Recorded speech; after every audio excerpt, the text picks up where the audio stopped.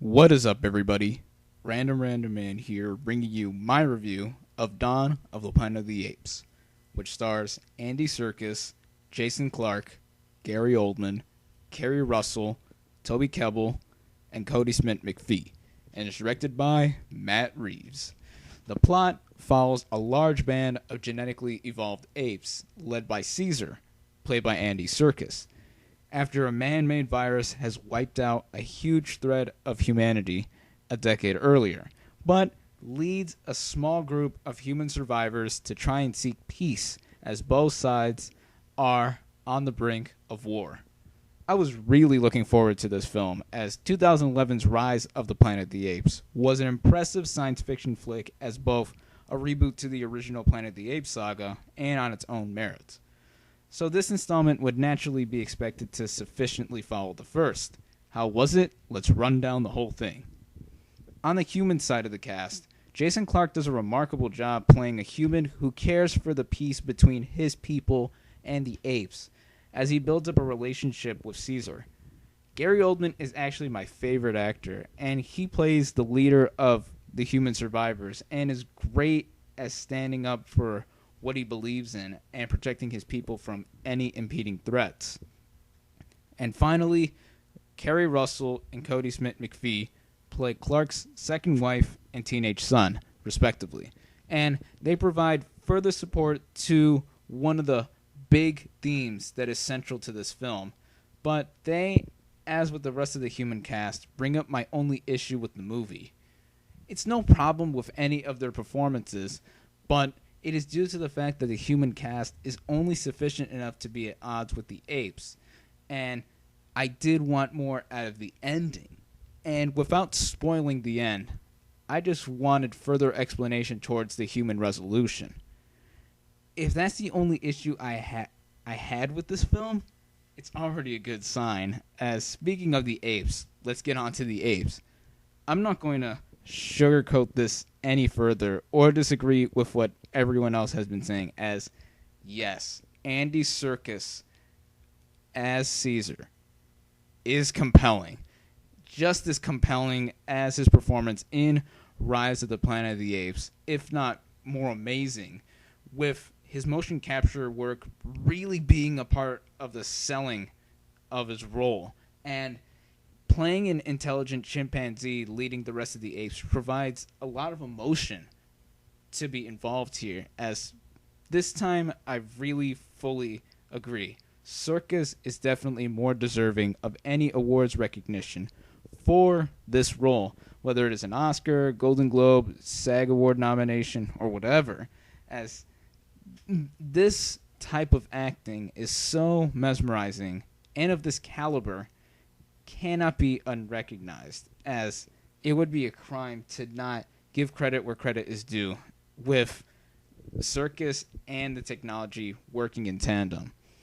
The other notable motion capture performance that is of great note is Toby Kebbell as the ape Cabo, who adds a very large sense of adversity to Caesar's more logical way of thinking, with Cabo being ruthless and spiteful towards the humans, and is very intimidating while doing so.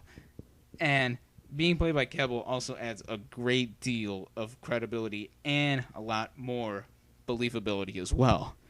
The rest of the ape cast, in the huge numbers that they are also phenomenal to watch, as not only are everybody going to be impressed that there are so many of these apes being shown here, but the technology really makes you believe that all the apes are present and are capable and working in packs, as the writing fleshes out the apes' motivations very well, which I'll get to now.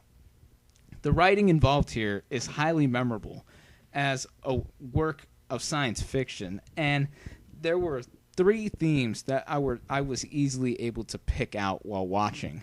The themes were family, which I previously mentioned with the human cast, but it is definitely also present with the apes.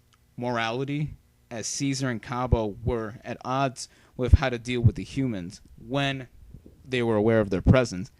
And the environment. And this theme is not as overbearing as it sounds, as it's not constantly apparent to the audience initially, but it does progress throughout very smoothly.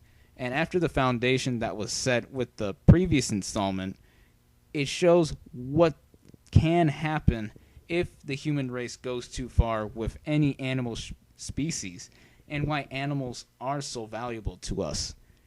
The action is so masterfully executed in this film when the fighting breaks out between apes and humans, and even apes against each other. And it is so brilliantly shot with immense emotion as both species were to clash. In fact, one scene that really stood out to me was during one action set piece where the camera stays on the turret of a tank as it spins and fires off one round after the other. And just the imagery present there, with fire burning in the background and the beautiful musical score being played in the background, gives off such a sight to behold. On top of that, this film just looks so atmospheric, from how decaying human civilization is shot to the sanctuary where the apes reside in. Everything just looks very fully fleshed out and so cool to watch. All these elements add up to a movie that is one to experience and a credit to its own franchise. My final thoughts on this film are that beyond the superb performances, most notably from Andy Serkis as Caesar, and from the rest of the apes and the human cast, the writing is intelligently realized for the world that is built up, and the action is emotionally centered as it is stunning to watch, while the cinematography combined with the score makes for a spectacular sequel in a summer packed full of them. To quote Todd McCarthy of The Hollywood Reporter, "Dawn is to Rise of the Planet of the Apes what The Empire Strikes Back was to Star Wars." This is one of the best movies of the year so far, and I cannot wait to see what comes next for this franchise. My final verdict for Dawn of the Planet of the Apes is 4.5 out of 5 stars. Thank you all for watching, and I'll catch you later on the next movie review.